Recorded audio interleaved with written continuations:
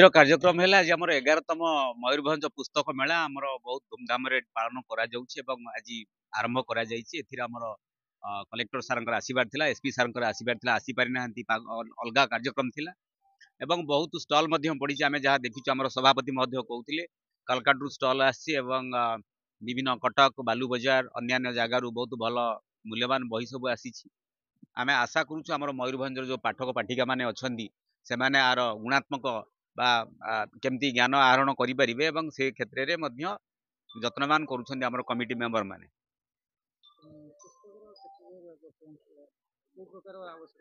ନାଇଁ, ପୁସ୍ତକର ନିଶ୍ଚିତ ଆବଶ୍ୟକତା ରହିଛି ସମାଜରେ। ସମାଜ ଏବଂ ସାହିତ୍ୟ ଯେହେତୁ ଗୋଟେ ମୁଦ୍ରାର ଦୁଇଟି ପାର୍ଶ୍ୱ ରହିଛି ଏବଂ ପୁସ୍ତକ ଦ୍ୱାରା ଆମର ସମାଜ ବିକାଶରେ ଯୋଉଟା ମୁଁ କହୁଥିଲି ସାମଗ୍ରିକ ବିକାଶ ବା ଅଲରାଉଣ୍ଡ ଡେଭଲପମେଣ୍ଟ ସେ କ୍ଷେତ୍ରରେ ପୁସ୍ତକର ଚାହିଦା ରହିଛି ଏବଂ ପୁସ୍ତକ ନହେଲେ ଆମେ ଗୋଟେ ଭଲ ସୁସ୍ଥ ନାଗରିକ ଏବଂ ସୁସ୍ଥ ସମାଜ ଦେଶ ଗଠନରେ ସହାୟକ କରିପାରିବୁ ନାହିଁ। ତେଣୁ ପୁସ୍ତକର ମୂଲ୍ୟ ସବୁବେଳେ ସବୁ ସମୟରେ ମଧ୍ୟ ରହିଛି।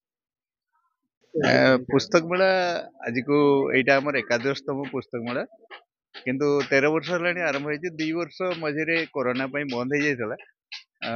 ବିଭିନ୍ନ ଜାଗାରୁ ଷ୍ଟଲ୍ ଆସିଛନ୍ତି, ଏନବିଟି ଆସିଛି, ତାପରେ ଭୁବନେଶ୍ୱରରୁ ଷ୍ଟଲ୍ ଆସିଛନ୍ତି, କଟକରୁ ଆସିଛନ୍ତି, ବିଭିନ୍ନ ବାଲେଶ୍ୱର ଚାରିଆଡୁ ଷ୍ଟଲ୍ ଆସିଛନ୍ତି।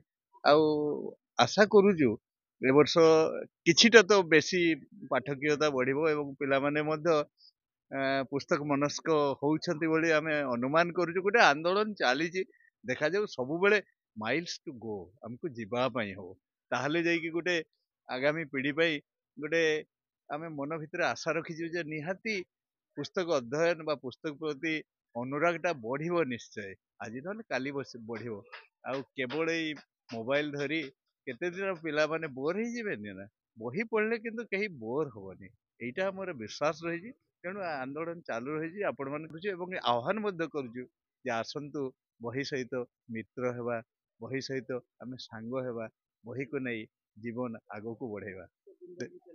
ଇଏ ଏଇ 20ରୁ 29 ପର୍ଯ୍ୟନ୍ତ 10 ଦିନ ଧରି ଚାଲିବ। ଏଇଟା ହିଁ ପ୍ରତ୍ୟେକ ବର୍ଷ 10 ଦିନରୁ ତା ଆଗକୁ ଆମେ ବଢେଇ ପାରୁନୁ।